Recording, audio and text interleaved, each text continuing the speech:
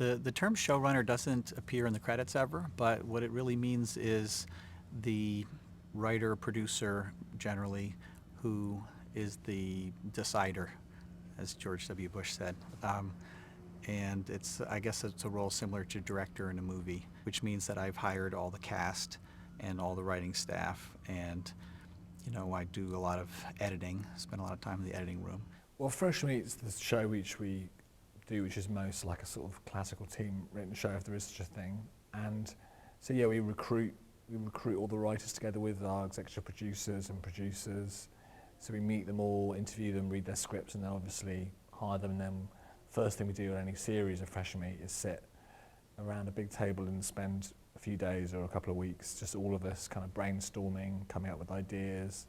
Putting a writing staff together is what I imagine putting maybe a baseball team together would be, in that there's different positions and you're trying to get a balance, and as you're hiring, you have a lot of good joke people, but you need some story people, or you have people who can sit around and discuss character all day, but you need somebody who understands dialogue and speaks the way people speak nowadays.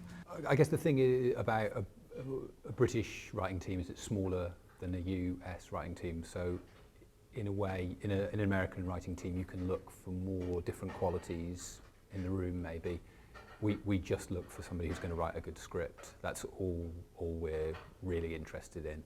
And some people are talkative in the room, some people are sparky, and some people aren't that kind of person, and they're welcome too, because often those people can write great scripts. I'll usually read hundreds of spec scripts and then get about 40 that I want to meet the writers of.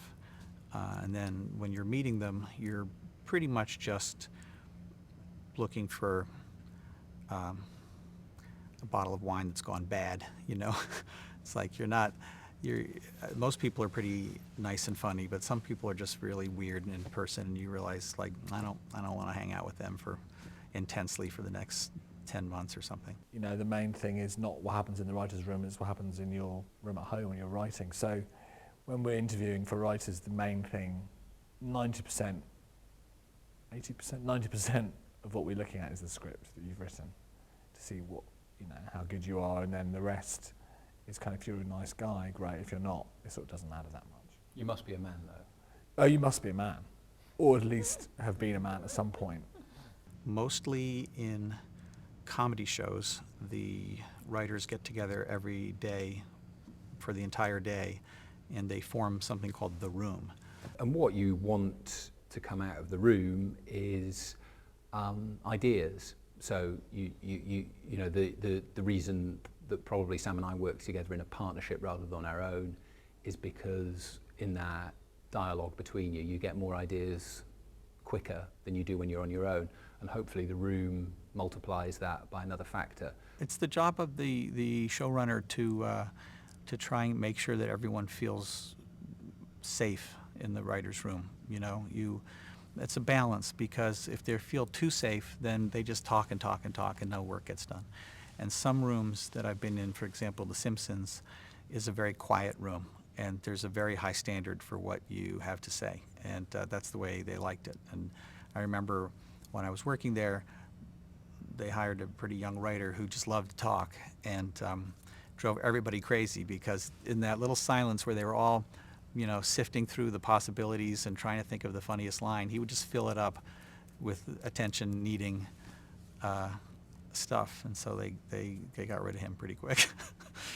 I think our ideal writer's room has a mix of people of different genders and different backgrounds. That's nice to have different voices in the room and not a kind of echo chamber of all the same types of people, so that's quite nice to have.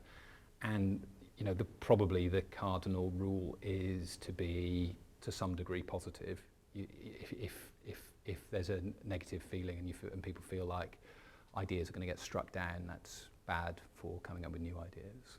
I guess one of the things I've learned over the years about a writer's room is that even though there are a lot of different personalities and different minds, and it's a great benefit to have all these different people, they're all kind of cut from the same mold in the sense that they're all comedy writers. And I've learned to take take the consensus of the room with a grain of salt at times and check other non-writer types, because writers do have a lot of prejudices and personality quirks, and sometimes it's good to ask the prop master what he thinks or she thinks of something.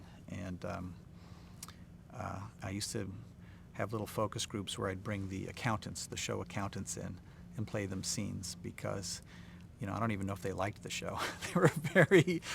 They were certainly not like the writing staff, which was completely engaged in every detail. So the accountants would look at it and they go, yeah, that's offensive, but I like that.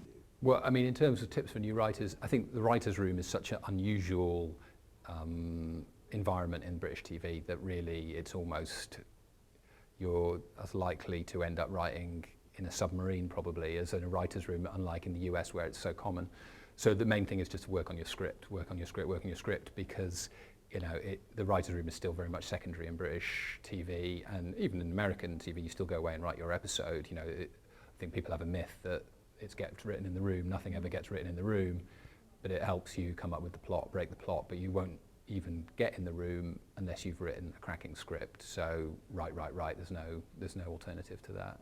I'm a big fan of originality, so I like to hear jokes and stuff that I've never heard before. I mean, I'm sure a lot of people are that way. And I also feel that you get a sense of the morality of the person who makes suggestions from how they make suggestions, so, or not how, but what. Like, for example, what they think is an appropriate ending to a story, whether they think that, certain behaviors should be rewarded with positive successes at the end of the story, or whether it makes them really laugh when innocent people run into horrible outcomes. You kind of get a sense of what the person's like. The do's are to come in, be ready with lots of ideas, and be as much as you can a normal human being. You don't sort of don't be a dick, but likewise don't be a frightened little mouse. I think that's the key, isn't it? Just normal human interaction. Or fake normality. If you can fake normality, then you'll join in the You'll rest of fit in us. well with writers. Yeah.